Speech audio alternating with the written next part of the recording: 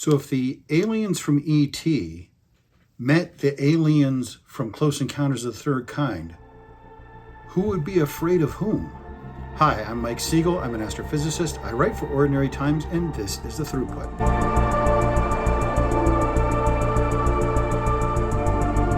So today, as we continue our Alienfest, we are having a twin spin. Where we're going to actually talk about two movies that are very similar from the same filmmaker, and that is Close Encounters of the Third Kind and E.T. the Extra-Terrestrial from Steven Spielberg. Now, if you've been living in a cave for the last half century and you are not familiar with these movies, here's the rough summary. Close Encounters of the Third Kind is about benevolent aliens that contact humans. E.T. the Extra-Terrestrial is about benevolent aliens that contact humans. I hope that's clear. What? The Close Encounters of the Third Kind approaches it probably at a more adult level, where aliens suddenly start appearing, people are reacting to them, they're going a little bit mad from some of the things that are happening to them with regard to the aliens, and the government is trying to organize to meet with them and communicate with them. And E.T. the Extra-Terrestrial, an alien is inadvertently left behind when the government tries to make contact with their ship and befriends a young boy who then has to try to return him to his people before either the government catches him or he gets too sick of our atmosphere. This is from Steven Spielberg when he was just entering the height of his powers. You had a series of movies, Jaws, Close Encounters of the Third Kind, Raiders of the Lost Ark, E.T., that were just huge hits, were hugely popular, and I think have borne up quite well, as we will see. So we're going to talk about these movies. I'm going to go through them, talk a little bit about the science of both, and then at the end sort of sum up and talk about how the movies are shadowy reflections of each other and how they approach the concept of alien contact in many ways in the complete opposite of what we've done before, where the contact is scary but ultimately benevolent. And so I think we'll have some fun with that, about how disorienting and frightening an encounter with an extraterrestrial civilization might be in both ways, for both them and for us. So I think these are really wonderfully insightful movies, and there's some cool science to talk about. Let's dive in. Just tell me something. What the hell is happening here? It's flight number 19. 19 what? It's that training mission from the Naval Air Station at Fort Lauderdale. They were doing target runs on an old Hulk. Who flies crates like these anymore? No one. These planes were reported missing in 1945. Okay, so we start out with them in the desert finding these Avenger aircraft from World War II. And they say that they look at the engine blocks, they figure out that this is Flight 19, which vanished off the coast of Florida in 1945. This is based on a real event. Flight 19 was a squadron of Avengers that were flying off Florida doing training, and they got lost, basically. The flight reported that they were in the Florida Keys, which was not on their flight path, which was hundreds of miles away from where they were supposed to be. And then they called in and said they might have to ditch because they were running out of fuel. And then they disappeared. And then a Catalina that was set out to retrieve them also disappeared. Now, this happened in an area known as the Bermuda Triangle, this triangle that connects Bermuda, Puerto Rico, and southern Florida, which purportedly has a number of mysterious disappearances of ships and airplanes in them, and Flight 19 being one of the most famous. The most likely explanation for what happened to Flight 19 is exactly what the Navy said. What happened was they were going out from Florida, going east, and the compass broke. The captain wasn't sure where they were, but he saw these islands and he mistook them for an islands he was familiar with, which is the Florida Keys. And so instead of turning west, which is what he should have done to get back to the Florida coast, he turned north, which was basically just going along the Florida coast. By the time they realized their mistake, it was a bit too late to head back. There's been all kinds of conspiracy theories, but the explanation the Navy came up with, that he mistook these islands for the Florida Keys and as a result turned in the wrong direction, has always been the most likely. There have been many searches for the airplanes from Flight 19. They've never been found, on the ocean bottom or anything like that. But I think that remains the most conventional explanation. I was very fascinated by the Bermuda Triangle as a kid. That this area that supposedly all these mysterious things vanished in. I even had a Bermuda Triangle board game of all things. As I've gotten older, it's become clear that the Bermuda Triangle, the only reason there's so many ships and planes have vanished in it is because it's one of the most traversed areas of the ocean in the world. That it's, when you correct for that, for how much traffic is going through that area, ships or in planes are no more likely to vanish than they are anywhere else. And in fact, in the days now we have of GPS and all that stuff, it's interesting that the Bermuda Triangle phenomenon seems to have basically disappeared.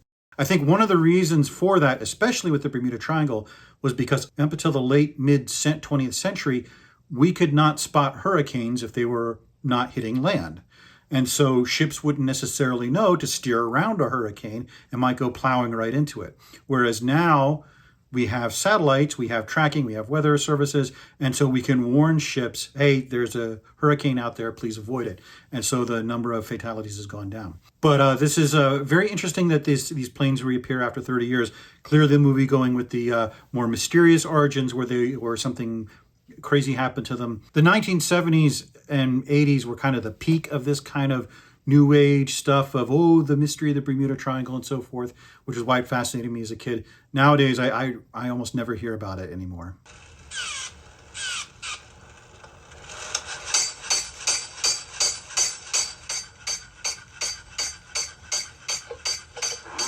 Of the shape of a square, if you really want to find it. So look with care for the shape of a square.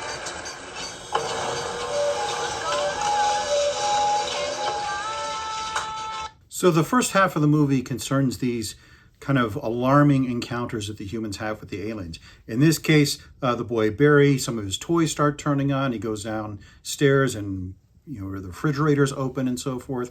We later see Roy is in a truck and all the power goes out and then the truck is turned over and so forth. Later, Barry is abducted by the aliens from his mom with this very terrifying sequence where the appliances start going crazy and all this stuff.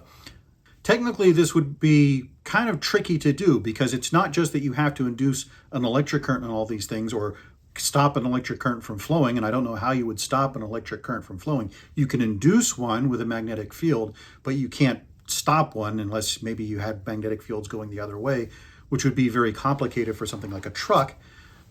But you also have to turn on and off devices, you have to flip controls and so forth. And so you're talking about very sophisticated, minute manipulations of the devices in these people's homes and in their trucks and so forth that's causing these kind of activities. And I'm not really sure what it's in aid of. With Barry, I guess it kind of makes sense that they're trying to drive him outside so that they can capture him. And so, maybe with the way you flush an animal out of the brush or something like that. A lot of this just seems to be making things mysterious for the point of being mysterious. Now, that might be how it would end up.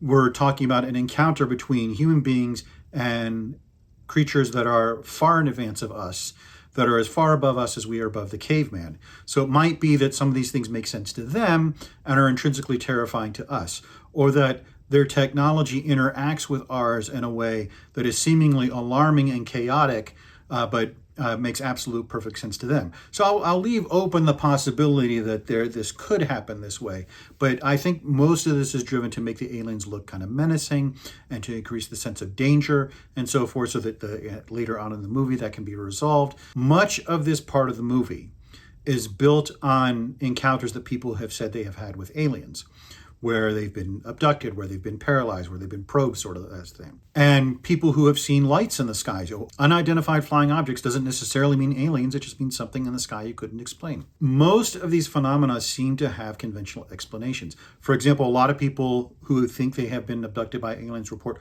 waking up and feeling paralyzed.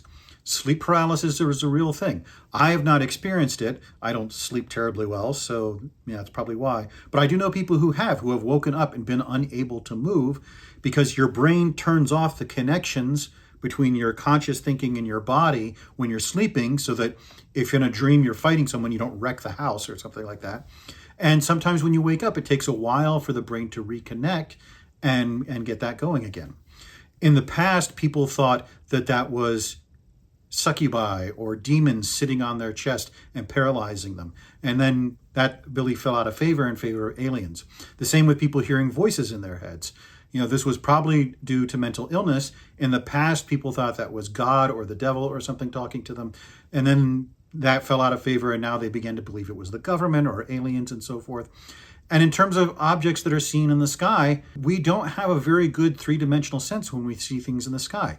Things can look unconventional. There was a very famous UFO incident where these were clearly flares that were launched by an aircraft, but because most people don't see those because they're not around a military base very often, they looked mysterious. I remember an interview with the head of CSICOP, the Center for Paranormal Investigation, or whatever it is, where he said most people who talk about aliens and alien encounters are not crazy. They're not nutballs. They're not liars. They earnestly had something that they didn't understand. And one of the things that has happened over the last few decades is we've tried to take those reports seriously and find conventional explanations for them. And if there's anything that we take seriously that we can't find a conventional explanation for, then we can open up unconventional explanations. So a lot of this first half of the movie is reciting stuff that was way more common in the 1970s than it is now, for reasons I'll get into later, of people thinking that they had encountered aliens. I believe even former President Jimmy Carter once said he saw a UFO, which was probably just an airplane or a satellite or something like that, but something he didn't understand. So I like the way this movie is constructed, that these people are experiencing things that normal people experience and trying to find explanations. And there's a really wonderful moment where Richard Dreyfuss' character says, I didn't want this. I wasn't looking for this. And I think that really makes this first half of the movie work really well, that these are not people who are seeking UFOs, not people who are looking for strange encounters with the universe, but just trying to go through their lives and terrifying things are happening to them. Where are the signals coming from? Right in the neighborhood. Light travel time roughly 7 seconds. It's well within the plane of the eclipse. I don't know how they actually know the light travel time. You have to know when the light was emitted and when you're receiving it, that they're receiving this signal, and they 7 light seconds. A light second is the distance that light travels in 1 second, 186,000 miles. So that would be 1 million miles, maybe 4 times the distance of the moon, so something that is clearly out there. And they say in the path of the ecliptic. The planets of the solar system, as I explained in my Pluto video, are, for the most part, in a very disk-like pattern around the sun. You have the sun and the planets all moving in a common plane. That plane is the path of the ecliptic. You can see the path of the ecliptic if you go out at night and you can find a planet, or especially at sunset, if you can find Venus or Mars, you can then draw a line through the sky that connects the planets and so forth, and that's the path of the ecliptic. If aliens had come to our solar system, they would probably be within the path of the ecliptic, because that's the easiest way to keep up with Earth's motion around the sun. This first number is a longitude.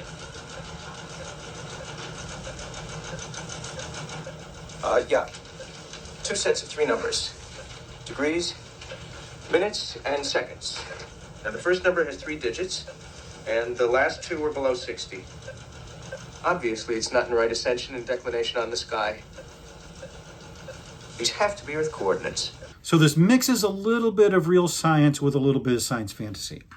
As I discussed in my Master Commander video, we have a coordinate system that we use for locating things on the Earth. We have latitude, which measures the angle above or below the equator, going from 0 that's at the equator to plus 90 at the North Pole to minus 90 at the South Pole. And then that's in degrees, so then it's further divided into 60 minutes and 60 seconds.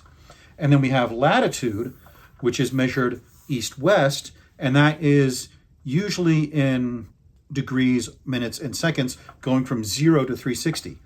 But what do you use your reference point? With latitude, we're measuring relative to the equator, which is the center of the Earth. As the Earth spins, this is the middle, so that's an easy reference point. But longitude can be measured from anywhere because the Earth rotates. You could set your 0 here. You could set it here. You could set it here in North America. You could set it in my backyard. Doesn't matter. For convention, we have set it in Greenwich, England. That's where 0 latitude is. That's where the prime meridian is. And every longitude we measure is with respect to that. So what he's saying is correct. The numbers they describe are a latitude and longitude. But how would the aliens know that? This is a convention that we use. It's not some universal constant that aliens would necessarily know. That, you have to know that you're starting from Greenwich, England to measure longitude in the first place. And the sexagesimal system we use, degrees, minutes, seconds, that's from the Babylonians. That's not something that's intrinsic or intrinsic or natural. Now, we do find out later, maybe this is kind of hinting at that those missing Navy pilots were abducted, and Navy pilots would know longitude and latitude, although they seem to be confused. So maybe they read their maps, maybe they read their minds, maybe they found a way to give these coordinates. So you can have an explanation from there. What he's saying, though, about how these are not right ascension and declination, that is not correct. Usually when coordinates are given in the sky, you have declination, which measures north and south, very similar to latitude. And then you have right ascension, which measures east-west, very similar to longitude. That's usually given not in degrees, minutes, and seconds, but in hours, minutes, and seconds, because the sky rotates over 24 hours, and that's a nice convention. But you can use degrees for that. In fact, with the Swift mission, we use degrees for everything. We use decimal degrees to measure things in accordance in the sky. So what he's saying there about how these clearly are not right ascension declination, that's not necessarily true. But when they find that there is something at these coordinates given, that gives some weight to that interpretation that they are getting given coordinates for this meeting. Last year, Americans shot more than 7 billion photographs at a record of $6.6 billion for film equipment and processing. Now, with all those shutters clicking, where is the indisputable photographic evidence? Eventually. I've been in the news business for a long time, and our cameras have never been able to take a picture of a plane crash as it actually happened, or an automobile accident, and get it on the 6 o'clock news. So the point the Air Force guy is making here is entirely reasonable. And it's gotten even more reasonable in the 45 years since this movie was made, because now everyone has a camera on them. We see, what he says here about, we've never photographed a plane crash and so forth. And that's not true anymore. We do have people who videotape planes landing and taking off, and have occasionally videotaped a crash. We do have cameras everywhere that capture images of auto accidents and so forth. And I have a friend who likes to say it's amazing how when everyone started carrying phones in their pockets, UFOs disappeared. Now we are seeing through the movie that the government knows about the aliens, is trying to contact them. This is basically trying to quiet people down, etc., etc. But this is an absolutely reasonable point he's making. These people have come from all over their country Dans un endroit dont on leur a dit qu'il était dangereux pour leur vie. to a place they have been told will endanger their lives. Pourquoi? Why? Why? Well, because somebody could be trying to subvert this whole operation by sending in fanatics and cultists and Christ knows what all. This is the sort of middle part of the movie where the government is trying to keep the existence of aliens a secret. They know they're going to meet them at Devil's Tower. They've created this fake incident with gas leaking and are trying to drive them away. But people keep coming because they've been drawn to it. They've been called to it. And Lecomte is trying to make the point, hey, they've been called. Why are we keeping them away? Many people think that the government knows of the existence of aliens and keeping it a secret. I don't believe this because I don't believe the government could keep it a secret.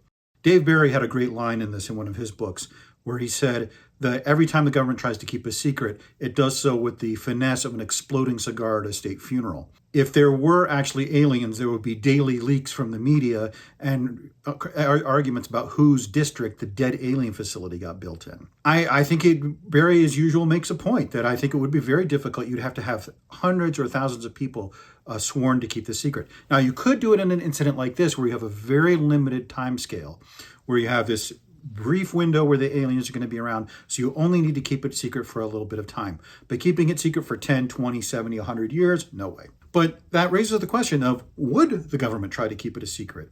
If scientists, if government officials did know about the existence of aliens, would they try to keep it a secret? There are two schools of thought in here, and you see this being argued between the scientists and the military in this movie.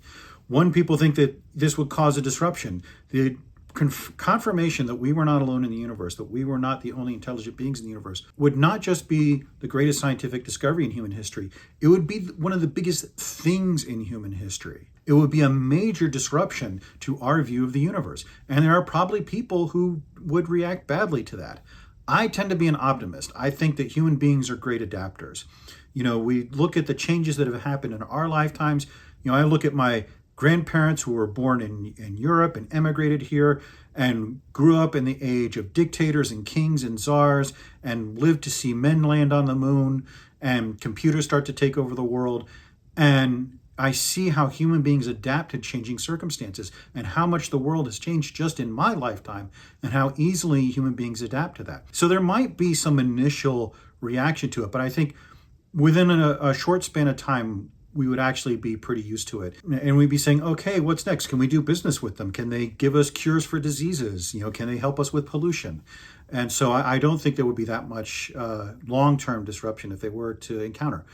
But we don't know. Human behavior is hard to predict, even when you're talking about masses of human beings. And something like this would be unprecedented. And so I would love to find out what would happen if we ever did contact aliens.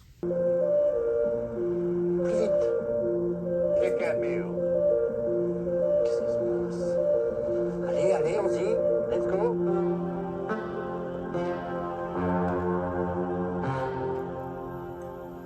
We now get our first real clear look at the alien spacecraft. Before they were lights and kind of mysterious. Now we get to see them up close. And they're small. And we see the aliens later, and the aliens are way too big to fit in these things. So I think they're using robotic or drone spacecraft to do most of their investigation and abductions and bring people up to their spacecraft and most of their communications. And this may explain why some of the stuff they do is terrifying and doesn't make a lot of sense. We're in the sort of beginning stages of AI in this country, and we're seeing that it can sometimes get a little nutty and make weird decisions. And so given kind of vague instructions and dealing with a species never seen before, they could easily come across as terrifying and crazy, and none of what they're doing makes sense. And it's only when the actual aliens show up that things begin to make sense. I'll talk about the musical tones in just a minute, but I do like this idea that you have all these space probes, all these unmanned craft or unaliened craft that are doing most of the work here while the mothership is further away. And once they confirm things are safe, once human beings send this sequence of tones to them that indicates, yes, we are friendly, then they disappear, they summon the mothership, they know that it's safe to make a more extended contact. So very well thought out about how not just the human beings are approaching the aliens, but how the aliens are approaching contact with human beings, using unmanned drones, sort of probing and seeing what's going on, seeing how they are received, and making sure that things are copacetic before they actually make full-on contact. Special teams are examined and should beware of low gravity. Expect some dizziness and look out for static charge. I do kind of like that little throwaway line there in the background that there may be artificial gravity, so you might get dizzy, there might be some static discharge. They don't know what propulsion system the aliens are using that can make their spacecraft hover in the air. So clearly it might have some effects beyond the spacecraft. Usually when you have artificial gravity in science fiction, it starts at the floor and ends at the ceiling, but gravity doesn't actually work that way. It extends out to infinity. And so if you had gravitation inside this spaceship that's either being used for propulsion or holding the aliens onto the floor or whatever set, it would extend outward, and that would be potentially disorienting. And they do show a little bit of that with papers flying around and so forth. So I do a little touch, but these are the kind of things I tend to notice when I watch movies. The only thing these phrases have in common are 5 signals. I hope somebody's taking all this down. What are we saying to each other? It seems they're trying to teach us a basic tonal vocabulary. It's the first day of school, fellas.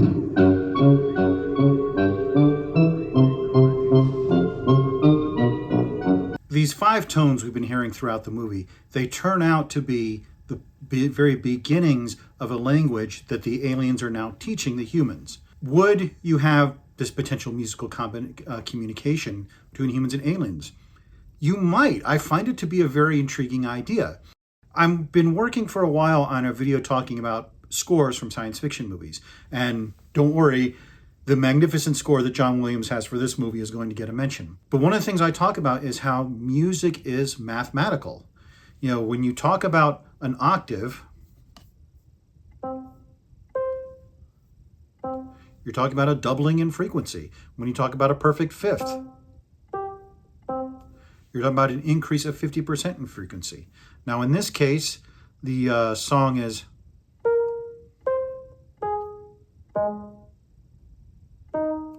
What that is not just a piece of music. It's a mathematical progression of increases and decreases of frequency. One of those is an octave drop, so it's a half in frequency. You can basically convert those notes into a mathematical sequence. As we talked about in the movie Contact, mathematics is the only truly universal language.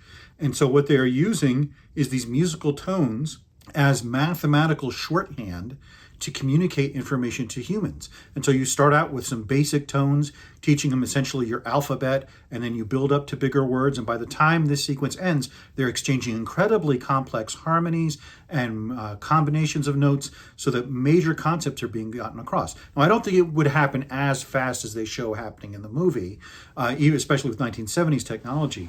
But, this is just one of many wonderful sequences in this movie of showing how this communication barrier can be bridged, how these concepts can be gotten across to each other, how species that evolved on different planets, they may not even have a spoken language for all we know, but they have a means of communicating using this mathematical language of music. I really think this is one of the fantastic things that Close Encounters of the Third Kind brought to the table, of this idea of you could communicate using this method.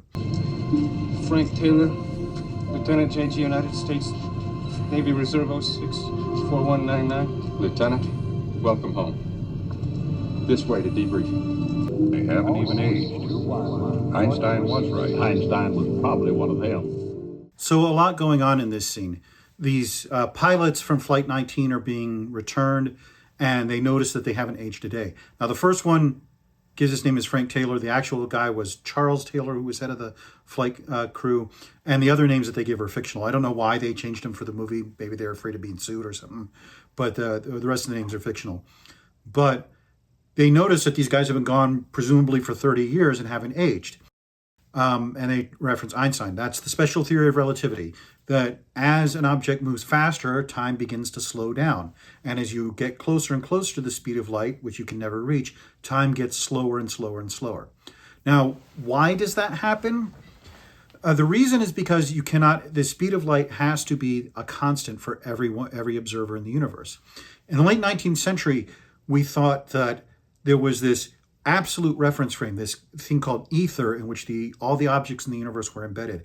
And everything that was moving in the universe was moving with respect to this absolutely stationary ether. And so Michelson-Morley conducted this experiment where they shone a light to a mirror, they split the beam, and then it came back and created a little interference pattern. And as you varied the distance along those, you could measure how far and fast the light had traveled. And their theory was that the Earth was moving through this ether.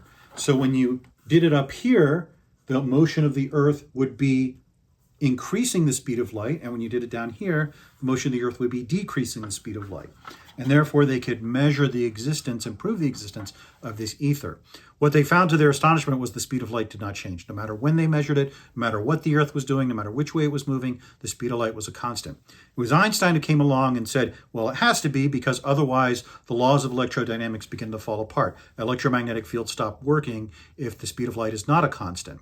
The consequence of that is that as you move closer to the speed of light, time slows down. Because let's say I'm moving 90% of the speed of light.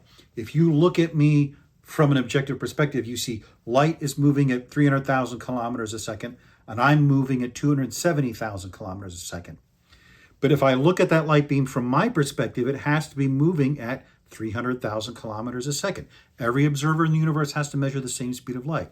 The only way it can do that is if my time has slowed down by a factor of 10, so that 30,000 kilometer per second difference looks like 300,000 to me, because my perspective has slowed down. Hey, this is Editing Mike. I just wanted to clarify this before some physicist jumps on me in the comments. It's actually way more complicated than that, because both space and time are distorting. So the actual contraction factor, if you were going 90% of the speed of light, is more like 2.3 or something like that, is how much slower time would go for you. So just wanted to get that clear. And so the implication here is that the aliens abducted these guys, took them somewhere at near the speed of light, and then came back, and they've only aged, at most a few days. Now, I looked through the star catalog to see what was within 15 light years so they could get there and back again. Interesting, there's no faster than light travel in Close Encounters of the Third Kind. And there are a number of stars there. I'm just going to say, for the sake of argument, it's Epsilon Eridani. That's 10 light years away. It's a sun-like star. A lot of science fiction has used it, including Babylon 5. We'll just say the aliens went to Epsilon Eridani. However, having done this, they then proceed to mess it up, because they have people from this ship, the Cotopaxi, which vanished in 1925. They have later people who vanished relatively recently, or in the 1950s and so forth. And that creates this inconsistency. Unless the aliens are abducting people and just flying around the solar system at the speed of light, that doesn't make sense. If they took them somewhere and came back over the course of 30 years, that makes sense. But having these variable timescales, unless they're taking them to different planets all over the universe, that kind of throws away the continuity they've built up here. So, great idea that faster than light travel is not possible in these universes. They took them to their home planet, brought them back, and no time has passed, but kind of sloppily executed, and that they try to connect every missing person in history to the aliens. And those happen over many periods of time, so that sort of throws away that continuity.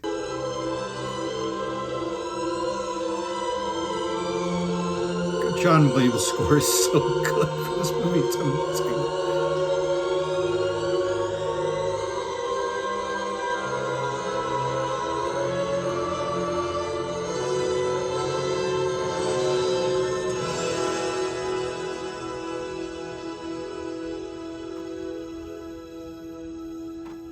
Probably the dream of a lot of young men to go away with aliens. Interestingly, Spielberg later would say that if he made the movie later, he would not have been able to write it this way, with a man leaving his family to go off with aliens.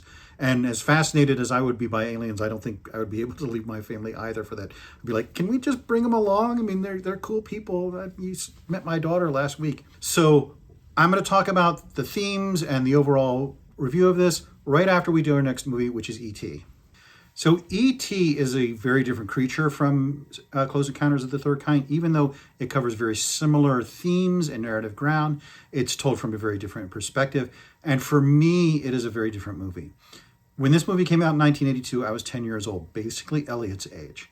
This was also the summer I spent in Wisconsin with my grandmother, who would pass away that summer. I was the first person I ever was very close to that passed away. So this is a very stark time in my life. I don't think there's any way a modern audience can anticipate what a phenomenon E.T. was. This was at the top of the box office for almost 6 months, from June to October, and then again in December. You had E.T. everywhere, tote bags, lunch boxes, toys, even at one point, one of the worst video games of all time. And this was just, overwhelming. And I remember very distinctly when I saw it in the theater, and I'm going to talk about some of the reaction I had to it, that we were driving around Milwaukee. We were trying to find parking because we were going to go see the movie. And we pulled over and some guy was like, hey, can I help you? And we're like, yeah, we're going to see the movie. We're looking for parking. And he's like, oh, yeah, you can go over there. And then he said, oh, what are you seeing? And we said, well, we're going to see E.T. And he said, have you seen it yet? And they said, no. And he said, my family loved it. You're going to want to see it 6 times. I remember that very distinctly. And yeah, I think we probably saw it 3 or 4 times in the theater. And then bought it on DVD. And then I sort of, grew up and a little soured on it. And then as an adult, I came back to it. And it still appeals to me, but on a different level, which I will talk about. So we're just going to jump right in to one of the first scenes.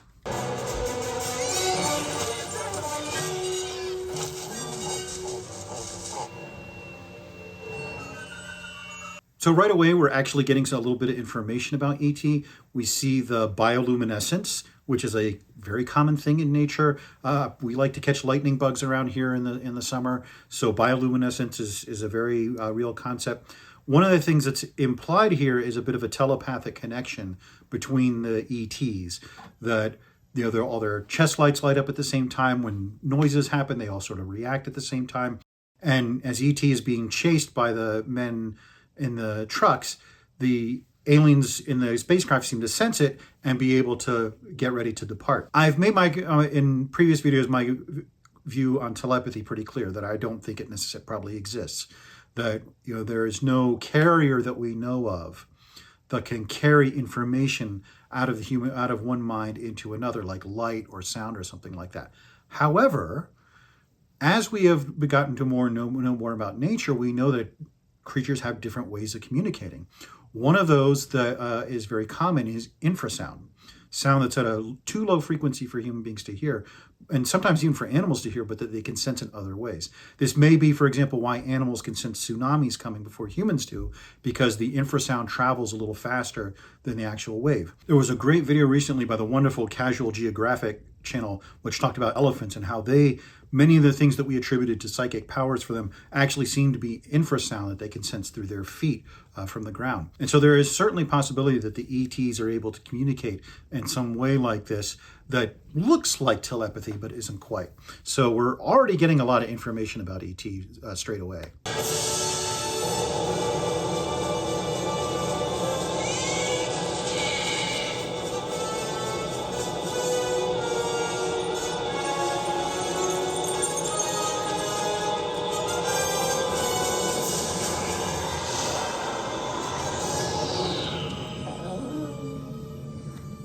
So with the way they light it and so forth, I would guess the ET spacecraft is using ion engines. There's certainly no rocket exhaust or anything like that. Ion engines are very efficient. And in 1982, they were a fantasy mostly confined to Star Wars, the other science fiction franchise at the time, but now increasingly reality. And so I do like this, that these look like TIE fighter engines because they probably are.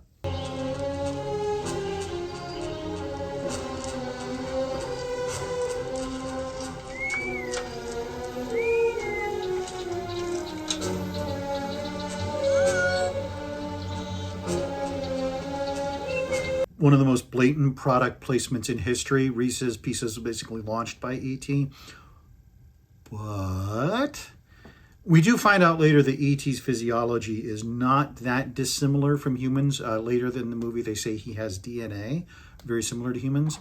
And if you have those kind of similarities, sugar is a good source of energy. Evolution might favor the consumption of sugars on multiple planets because they are very compact ways of distributing energy. Now, our other food might be less digestible to him. I'm not sure that the chocolate would go over very well, especially as I have 2 dogs running around here that would be very unhappy if they ate chocolate. As silly as this is, I do think there is a scientific plausibility here that ET would taste these things, sense that they are sugary, that they are giving him a little bit of energy and want more of it to consume those kind of basic sugars. Now, somewhere around in this library, I have the ET novelization, which goes into some of these issues more in depth and tells the story from ET's perspective. But I'm not going to reference that, first of all, because it's been 30 years since I read it, so I don't remember it. But also because I just want to be referencing the movie. But if I do think of anything that comes from there, I might mention it.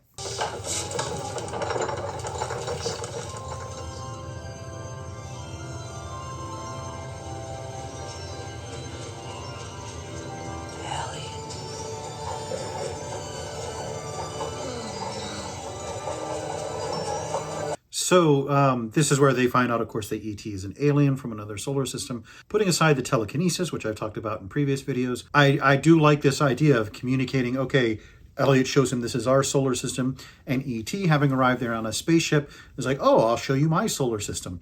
And as I think that he has picked out the colors deliberately, that he has a red star with planets orbiting around it. Red stars tend to be cooler than the sun, and sometimes can be very prone to giving off massive flares, which would make it very difficult for life to evolve there. But if you had a relatively stable red star, sure, ET could live around there. Now, unlike in the last video, there's no implications of time dilation or anything like that, so I can't actually say with any degree of certainty or even speculation of what star he comes back that's from real. I don't think it's intended to indicate a real star. There are many stars within the nearest few dozen light years that are red and relatively stable and could have planets around them. So ET could literally come from anywhere. But I do like this scene and the way, again, Spielberg is communicating information without telling us, communicating visually and having the characters communicate when they don't have a common language at this point and an ability to communicate these concepts. He's putting it together now. I told you he was smart. I'm worried, Elliot. He could blow up the whole house. He knows what he's doing.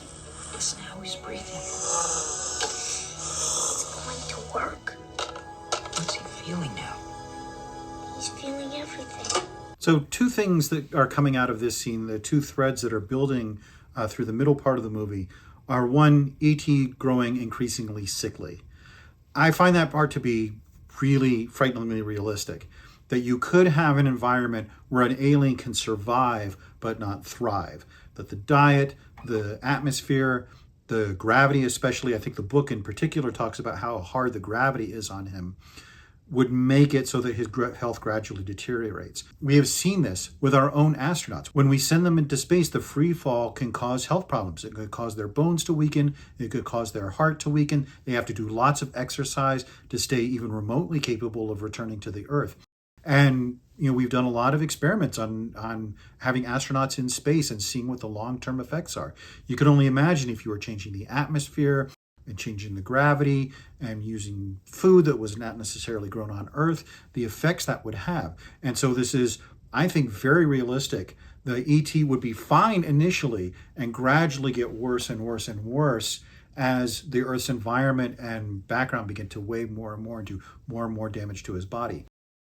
There's also kind of an implication that being separated from his people is damaging him. They have this communication between them, whether it's telepathy or infrasound or whatever. We do see that with some creatures, especially social creatures, that isolation, even if they're among other animals and so forth, isolation from their own kind can start to affect their health. We have seen that in zoos. We have seen that in labs, that being isolated does cause physical damage and physical deterioration in animals.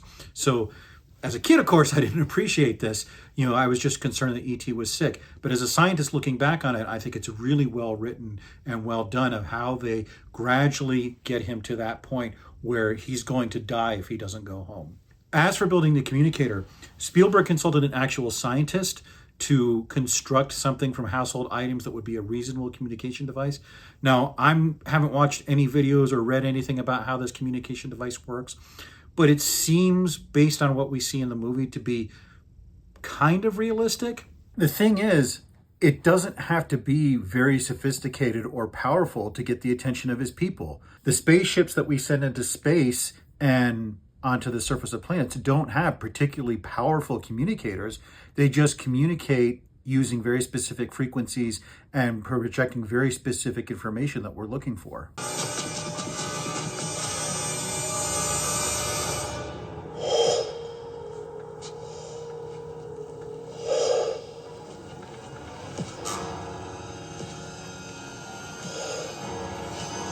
This is where the government is going into the house to take control of E.T. and Elliot and the family.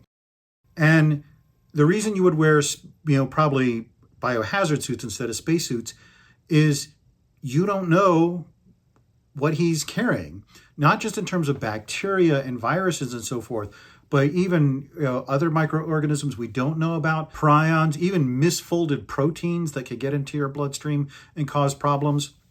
There's all kinds of things that you could be exposed to when meeting a creature that evolved on a different planet. Even when humans meet each other, you can get these diseases that go across and against which one population has no resistance and can be absolutely deadly. Most famously, when the Europeans came across the Atlantic to the Americas and brought things like smallpox with them that the natives had never been exposed to and was wiping out up to 90% or more of them.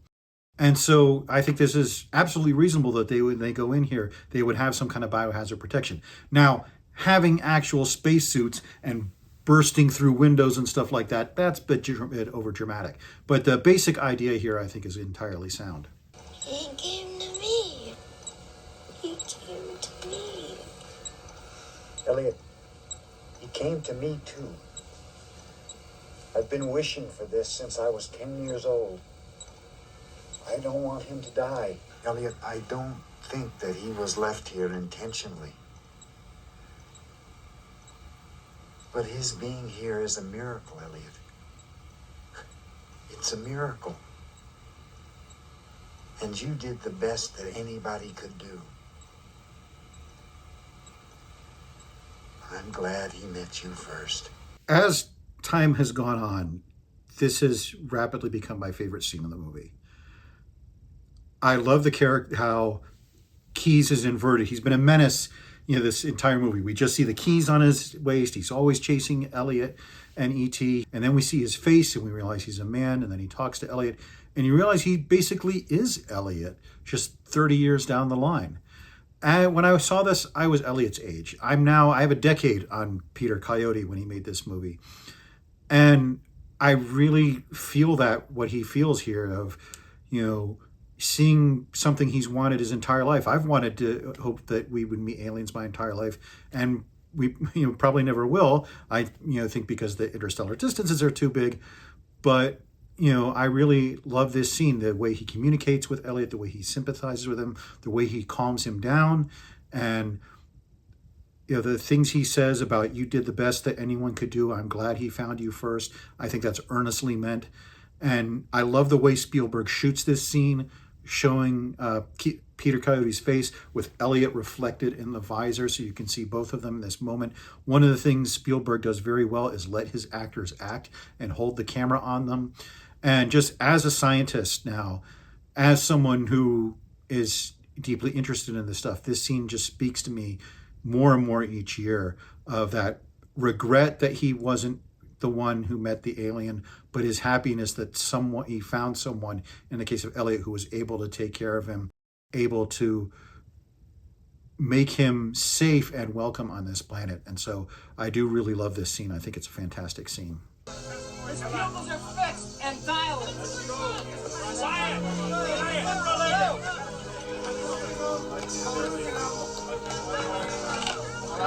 Stand clear.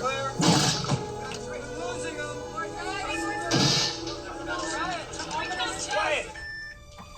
Still be fair. Okay, let's go. Okay, let's go.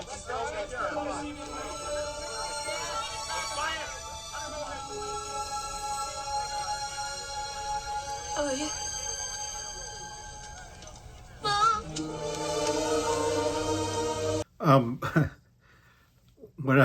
When I saw this in 1982, you could hear people bawling in the audience.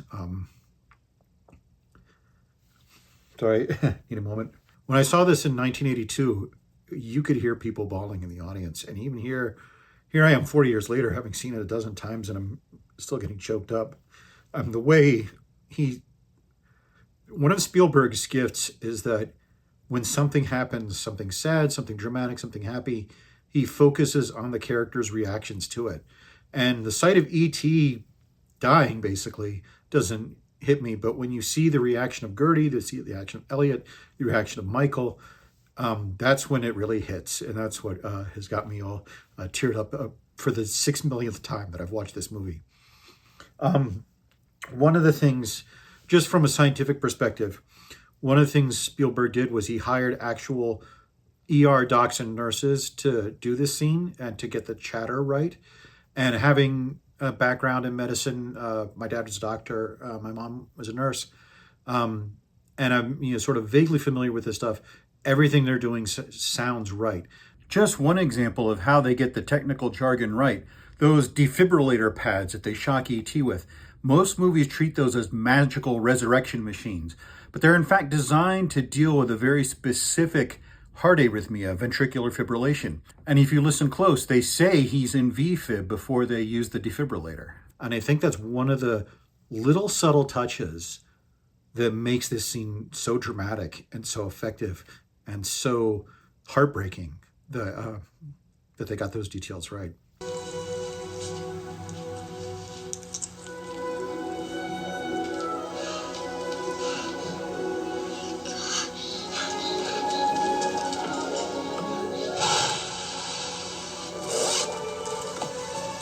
Phone home. So is this death and resurrection scene realistic? I think absolutely. We do know of these little animals called tardigrades that can go into suspended animation and be exposed to some of the most extreme environments out there and survive. And if you are one of the minority of people on the internet who know nothing about tardigrades, today is your lucky day. Pause this video, watch a few videos about tardigrades, you'll love it. Scaling that up to a massive creature that is intelligent and so forth, and without breaking its brain and so forth, that's a different ballgame entirely. That might make it less possible, but the more we know about nature, the more we know about the variations of nature, and the more we know about how creatures can survive, the less unrealistic this scene seems. So again, I don't really have a scientific problem with this. I think it could happen.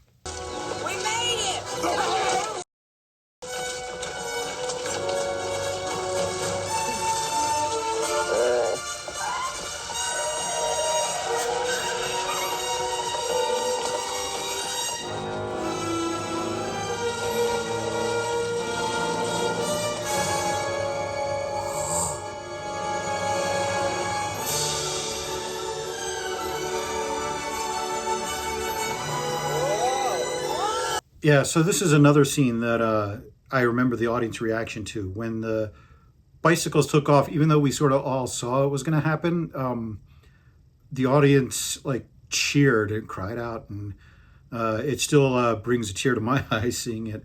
I think a lot of that is attributable to John Williams' music, which is doing a lot of the emotional weight. And in fact, that entire bike chase scene was re-edited to better fit with John Williams' score. So, look, these two movies are two science fiction classics and two examples of Steven Spielberg at his best. What I find, the reason I put them together is because on the one hand, they have they have similarities, whereas something like Starship Troopers was showing aliens and humans unable to communicate and having hostility. This shows humans and aliens having difficulty communicating, but having peaceful intentions and trying to overcome those difficulties. They are both very optimistic takes on the human-alien interaction, and so the polar opposite of something like Starship Troopers.